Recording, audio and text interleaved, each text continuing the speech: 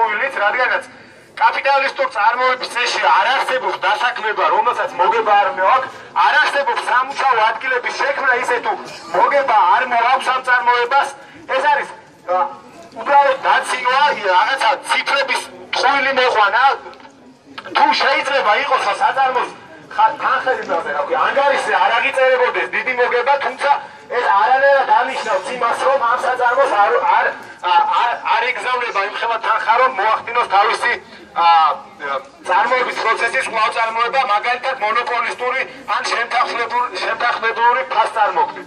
შესაძლოა ისინი ცემენტის ქარხნიდან, რომელსაც ასევე ბეჟუაშვილი ფლობს, მათ ყიდიან ღირებულებაზე ქვემოთ ამ მასალას, რასაც აწარმოებენ შრომელები და ის მოგება, რომელსაც აწარმოებს ეს შახტები, გადადის ცემენტის ქარხანაზე და მასწავლებელი იგივე მფლობელის ხელში. ამიტომ ეს არგუმენტი არის თავიდანვე მცდარი ყველანაირი მიმართულებიდან. არავინ არ უნდა იფიქროს, რომ ხელფასებს განსაზღვრავს ამ შემთხვევაში კაპიტალისტების მოგება. ამ შემთხვევაში ხელფასების დონეს განსაზღვრავს კლასობრივი დაპირისპირება დაქირავებულებსა და დამქირავებლებს შორის.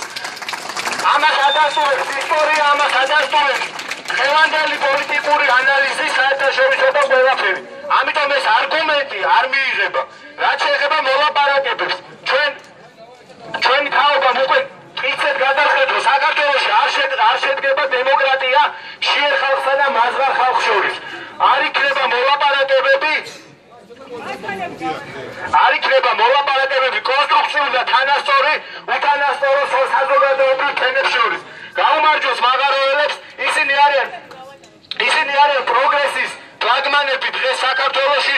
მოგახსენებთ, რომ საქართველო არის რეგიონში პირველ ადგილზე საშემოსავლო უთანასწოროები და თუკი მოგება არ არსებობს, როგორ იზრდება უთანასწორობა, დაგვაგებინონ. არ არის ეს ერთი საწარმოს, ერთი ცალკეული საწარმოს პრობლემა, ეს არის მთლიანად საქართველოს პრობლემა, მთლიანად თანამედროვე სამყაროს პრობლემა და ჩვენ ვიფიქრით ლოკალურად.